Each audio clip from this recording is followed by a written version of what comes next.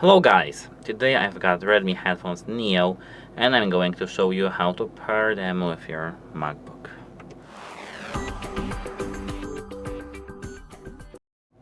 At first you need to open the settings in your MacBook, and here you need to go straight to the Bluetooth. Now in the Bluetooth you need to scroll down to the nearby devices. Now here on your headphones, find this button near this LED light. When your headphones are turned off, hold this button for 3 seconds or 4 even, till you see your LED light blinking. Now you're in the pairing mode. Here in the nearby devices list, you should find something lagged. Okay, here you should find your Redmi Headphones Neo.